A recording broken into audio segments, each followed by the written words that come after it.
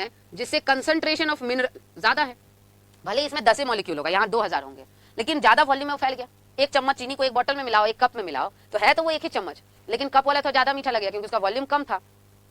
तो यहां से करता क्या ना कि इस मिनरल को ये सेल्स जो है एक्टिव ट्रांसपोर्ट से एटीपी से लेता है। अभी पानी पे उसका कोई फोकस नहीं है, तो जैसे मिनरल को यहाँ लेते गया तो यहाँ पे वाटर पोटेंशियल क्या होते गया, घटते चला गया, घटते चला गया। तो ऑब्वियसली सराउंडिंग से जो वाटर है वो क्या होंगे, अटैक्ट होंगे। अब पानी अकेला तो आता नहीं है, बल्क में आता है, तो कुछ पानी यहाँ चला गया, ये आपका प्लाज्मोडेस्माटल कनेक्शंस है, ये प्लाज्मोडेस्माटल कनेक्शंस। तो कुछ इधर जाता है, बाकी क्या करता है, इधर से निकल जाता है, इधर से आया, फिर इधर फ्लो किया, कुछ इधर गया, और बाकी मेजर इधर से निकल गया, ये भी इधर से आया। तो पानी को लेना ही नहीं है, सॉइल से उसको पहले पानी नहीं लेना है। वो कहा क्या कि ऑलरेडी मेरे पास हाई कंसंट्रेशन मिनरल का और मिनरल ले लो, मिनरल तो बहुत कम लेना है ना, हमको जो है मिली मोल्स में लेना है, तो मिनरल पे थोड़ा एनर्जी लगा के अब मिनरल को अंदर ले लो। वो इतना ज्यादा वाटर पोटेंशियल को घटाएगा कि सराउंडिंग से पानी अपने आप खींचा आ जाएगा, हाई पोटेंशियल टू लो। पानी अलग चतुर है, ये कहता है कि ई वाला रास्ता जो है ना, ये जो रास्ता बना हुआ है, ये एपोप्लास्ट नॉन लिविंग वाला रास्ता मेरे लिए बड़ा सूटेबल है, इधर से ही निकल जाते हैं। तो थोड़ा बहुत अंदर जाता है, बाकी मेजर हिस्सा इधर से निकल जाता है। अब निकल जाता है तो पानी तो पहले पहुंचेगा, अब मिनरल जो है बहुत सारे मिनरल पीछे ही छूट जाएंगे। तो यहाँ पे देखो क्या है कि एंडोडर्मिस के पास, पढ़े थे हम लोग एनाटॉमी में, एक सुबेरीन डिपोजिशन होता है, सुबेरीन का, जिसे हम कहते हैं कैस्पेरियन स्ट्रिप्स। पानी यहां जाना चाहता है, इधर से निकलना चाहता है, लेकिन ये कैस्पेरियन सुबेरीन, ये वैक्स लाइक है, नॉन पोलर है, इसको जाने नहीं देगा। पानी पोलर है और ये वैक्स लाइक है। तो अब क्या किया जाए, तो अब हुआ क्या कि अब वेट कर रहा है पानी, बहुत फ्रैक्शन ऑफ सेकंड का, ये नहीं कि आधा घंटा यहां वेट करेगा। एंडोडर्मिस क्या है, यहाँ पे चेक पॉइंट है, चेक पॉइंट है both for ions and for water, यहाँ ये चेक पॉइंट है। तो कहता क्या है कि भाई रुक जाओ, अब यहाँ से तो क्रॉस कर नहीं सकते, तुमको इधर ही जाना पड़ेगा। तो पीछे से मिनरल्स वगैरह मूव करके आता है। अब मिनरल जब यहाँ पहुंचा तो वाटर पोटेंशियल यहाँ घटा दिया, तो पानी अपने आप सारा इधर इस रास्ते को अपनाता है, क्योंकि पानी को चाहिए ग्रेडियंट ना, वो ग्रेडियंट नहीं था इसलिए वेट किया, भले ही आधे सेकंड के लिए था, 1/1000 सेकंड्स के लिए था। मिनरल को जल्दी जल्दी एक्टिवली भेजा गया यहाँ पे, तो सारा पानी इधर घूम गया। ये क्यों पाया कि इधर से इधर रास्ता चेंज करो, तब इधर से, अब ट्रैफिक यहाँ जाम हो गया तो थोड़ी रुकेंगे, यहाँ से इधर जाएंगे, इधर से निकल जाएंगे।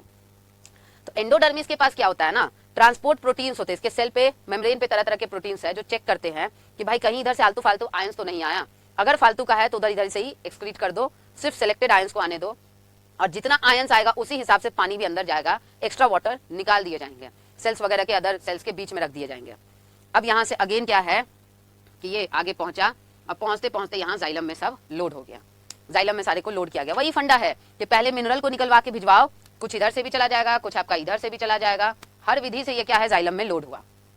तो पहले आयंस को भेजो, तो यहाँ पे भी कुछ आपका वाटर पोटेंशियल घटाएगा, तो कुछ पानी इस रास्ते से जाएगा, कुछ पानी है इस रास्ते से जाएगा। तो यहाँ ये रास्ता चेंज किया, तो हम कहे कि यहाँ पे ये कौन सा रास्ता अपना लिया, सिम प्लास्टिक। तो एक एक करके इधर से इधर पानी भेजा, अब ये आगे बढ़ा, दूसरा स्लॉट फिर एब्जॉर्ब हुआ, तीसरा स्लॉट ये आगे बढ़ा, ये आगे आया, तीसरा स्लॉट फिर इधर आया, फिर और ये आगे बढ़ा, पीछे से ये इधर आया, ये इधर आया, अगेन अब ये सारा यहाँ डाल दिया गया, पीछे से पानी अपना आ रहा है।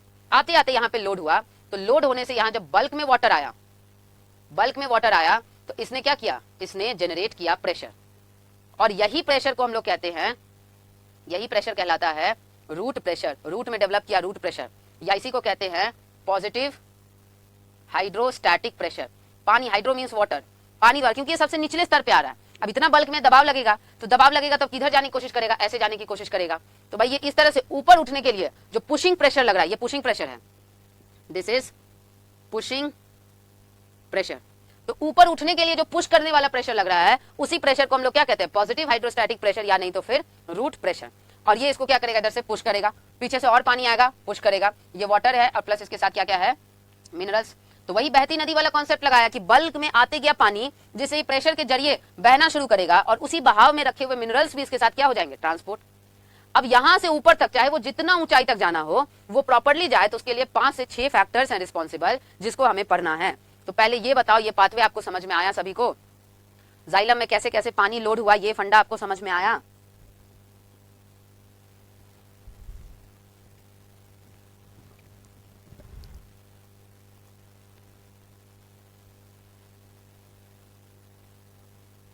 बस सुमिति को समझ में आया, बाकी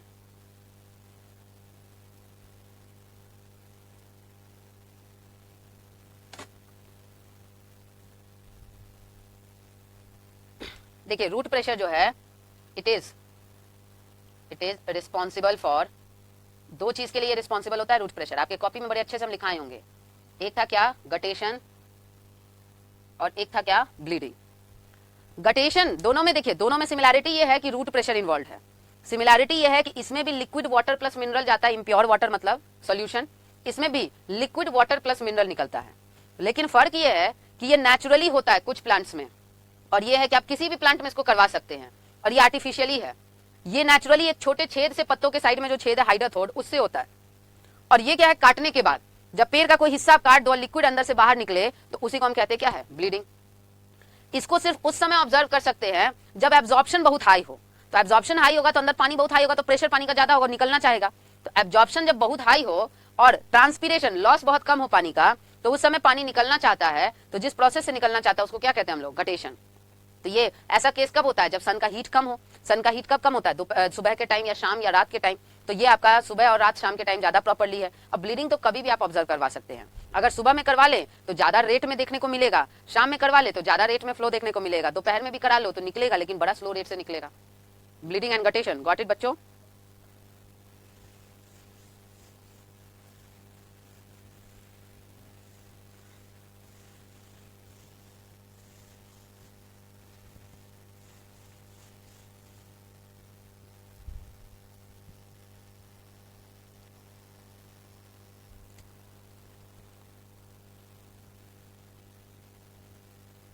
Factors to promote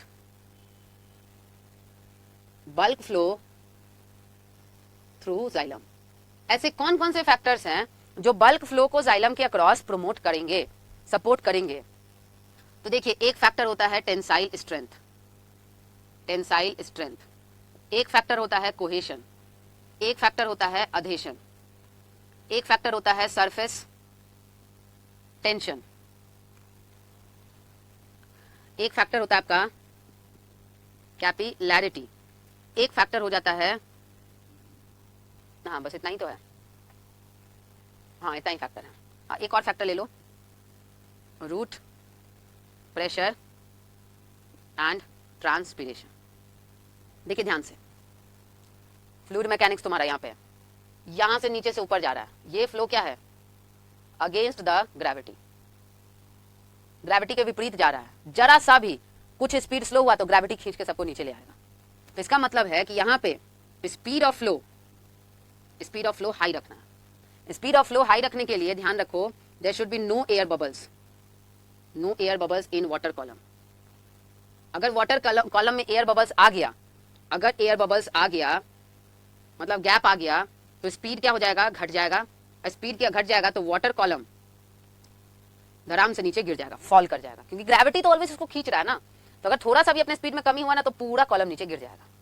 तो बस ध्यान रखना है कि ये सारा चीज ध्यान रखता है कि there is no air bubble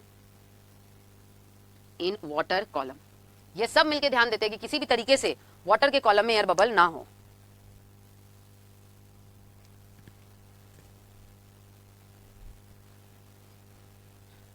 तो अब कैसे ध्यान देते हैं, देखिए ऊपर से ट्रांसपीरेशन खींच रहा है तो पुलिंग कर रहा है ट्रांसपीरेशन, और रूट प्रेशर क्या कर रहा है, पुश। तो एक ही दिशा में नीचे से पुश किया जा रहा है, ऊपर से पुल किया जा रहा है, तो कॉलम लगातार बरकरार रहेगा। तो रूट प्रेशर और ट्रांसपीरेशन ऐसे हेल्प किया।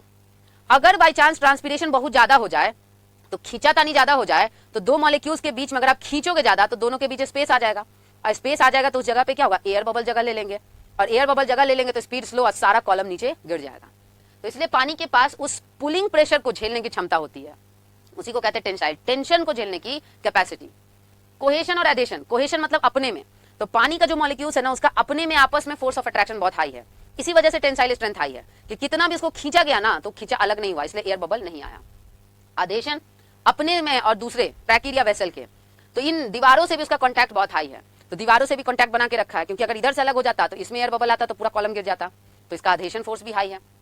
कैपिलैरिटी, पतला ट्यूब है तो आपको पता है, आपने सबने पढ़ रखा है बॉयल्स लॉ, कि अगर डायमीटर कम है, ऐसे फ्लूइड मैकेनिक्स में भी तुम लोग कैपिलैरिटी का फॉर्मूला जो है हाइट का पढ़े होगे, 2t cos theta by rho rg करके, उसका अलग अलग केस आपने पढ़ा होगा। तो देखिए डायमीटर कम हो गया तो वॉल्यूम क्या हो गया, कम। तो आपको पता है कि pressure is inversely proportional to volume, तो इसलिए आप देख सकते हो कि वॉल्यूम यहाँ कम हुआ तो प्रेशर यहाँ ज्यादा फील होगा। तो पतले से ट्यूब में रिलेटिवली उतना ही प्रेशर ज्यादा दबाव इफेक्ट शो करेगा, तो रूट प्रेशर की मैग्नीट्यूड बढ़ जाएगी। तो कैपिलैरिटी पतले ट्यूब होने की वजह से लगने वाला अंदर पानी के कॉलम का प्रेशर बहुत ज्यादा होगा, तो पानी बड़ी दूर तक जो है पुश हो जाएगा। आखिरी सरफेस टेंशन कोहेशन की वजह से ही कि मॉलिक्यूल्स के बीच में इतना अट्रैक्शन है कि एक पानी का जो मॉलिक्यूल सतह पे है सरफेस पे, उसको नीचे से खींच रहा है, उसको बगल से खींच रहा है, उसको इधर बगल से खींच रहा है, इधर से खींच रहा है, इधर से खींच रहा है, तो पूरा जो उसका सतह है वो एकदम खींचा जा रहा है। अब खींच जा रहा है तो चारों तरफ से जो खींच गया तो दीवारों के साथ उसका खींचने से कॉन्टैक्ट बन गया, तो बीच में कोई एयर बबल नहीं आया। तो सबने ध्यान दिया कि कहीं से एयर बबल ना आए, क्योंकि एयर बबल अगर आ जाए तो स्पीड कम हो जाएगा, स्पीड कम हो जाएगा तो सारा पानी का कॉलम नीचे गिर जाएगा। ये फैक्टर्स आपको समझ में आया बच्चे?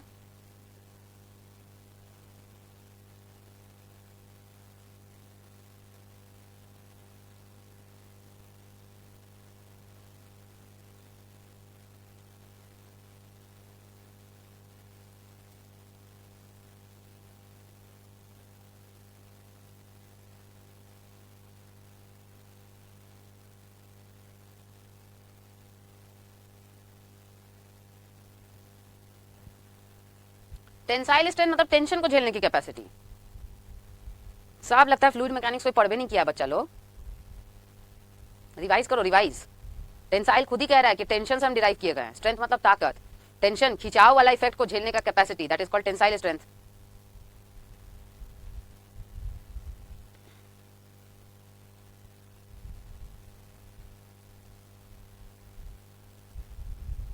समझे अभी? Tensile strength.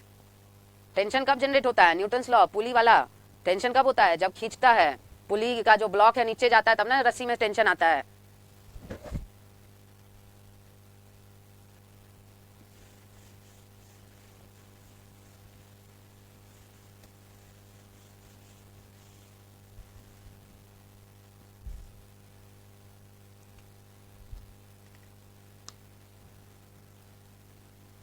अब फ्लोएम के थ्रू बल्क ट्रांसपोर्ट कैसे होता है, जिसे हम लोग प्रेशर फ्लो भी कहते हैं। प्रेशर या बल्क या मास या मंच हाइपोथेसिस। मंच नाम के साइंटिस्ट ने दिया तो इसलिए हम इसको pressure flow hypothesis, mass flow hypothesis, bulk flow hypothesis या मंच हाइपोथेसिस भी कहते हैं। यहां भी वही फंडा है, बहती नदी की धारा जैसा इस्तेमाल कर लेना है कि भाई वो आपका बहता रहेगा पानी का धारा, उसमें खाना डाल दो बह के चला जाएगा। इसके लिए सबसे पहले ना प्रूफ लिया गया कि भाई फ्लोएम ही ट्रांसपोर्ट करता है ना, तो प्रूफ करने का जो एक्सपेरिमेंट था उसको कहते हैं हम लोग गर्डलिंग एक्सपेरिमेंट। कुछ नहीं, यहाँ पे आप क्या करते हो, बार्क का रिंग जो है उसे आप रिमूव कर देते हैं। तो बार्क में याद करो एनाटॉमी, रिवाइज कर लेना एनाटॉमी। बार्क में क्या रहता है? Secondary phloem. इसका मतलब हम सेकेंडरी फ्लोएम को क्या कर दिए? रिमूव।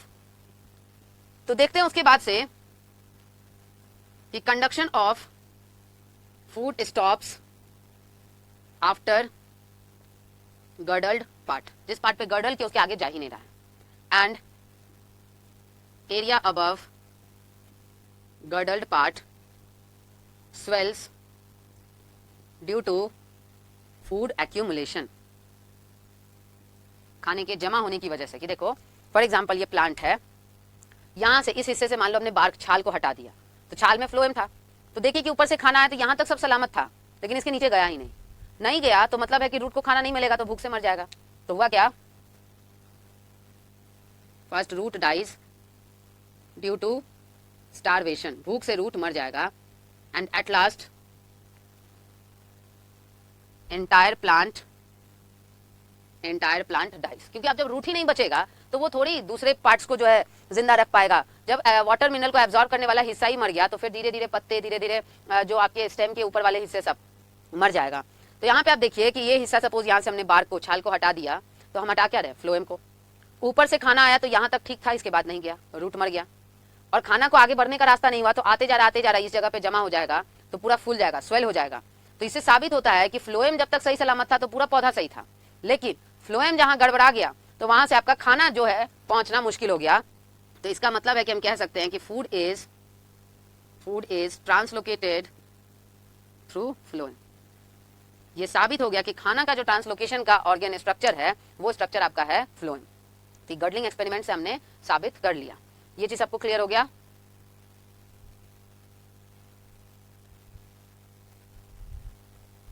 ये चीज सबको क्लियर हो गया बच्चे?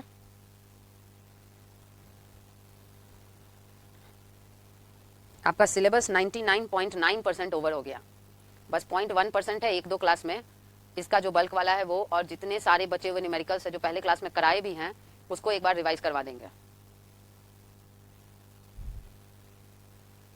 अब ये कि जाइलम से प्रूव करना है, तो जाइलम से प्रूव करने के लिए मेहनत थोड़ा ज्यादा करना पड़ जाएगा कि भाई कोई एक गुलाब का छोटा सा डंठल लो जिसमें फूल खिला हो, और उसमें क्या कीजिए कि सेंटर पॉइंट से जाइलम का कुछ हिस्सा को आप हटा दीजिए बीच से, तो मेहनत थोड़ा ज्यादा पड़ेगा, मुश्किल है, थोड़ा टफ है। तो सेंटर पॉइंट से क्या करो कि जाइलम का कुछ हिस्सा हटा के उसको कलरफुल वाटर में डाल दो, और एक नॉर्मल फ्लावर लो जिसे आपने कुछ नहीं हटाया उसको कलरफुल वाटर में डाल दीजिए। बड़ा सिंपल सा एक्सपेरिमेंट है।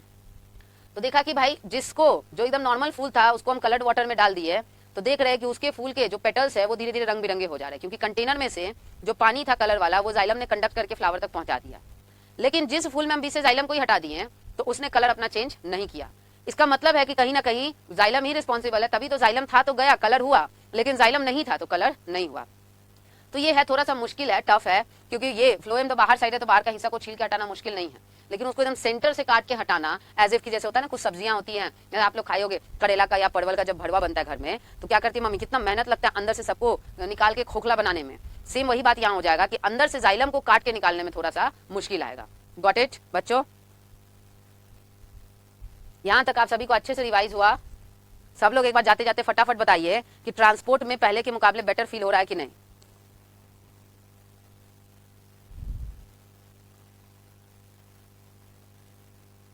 ट्रांसपोर्ट चैप्टर में पहले के मुकाबले बेटर फील हो रहा है कि नहीं?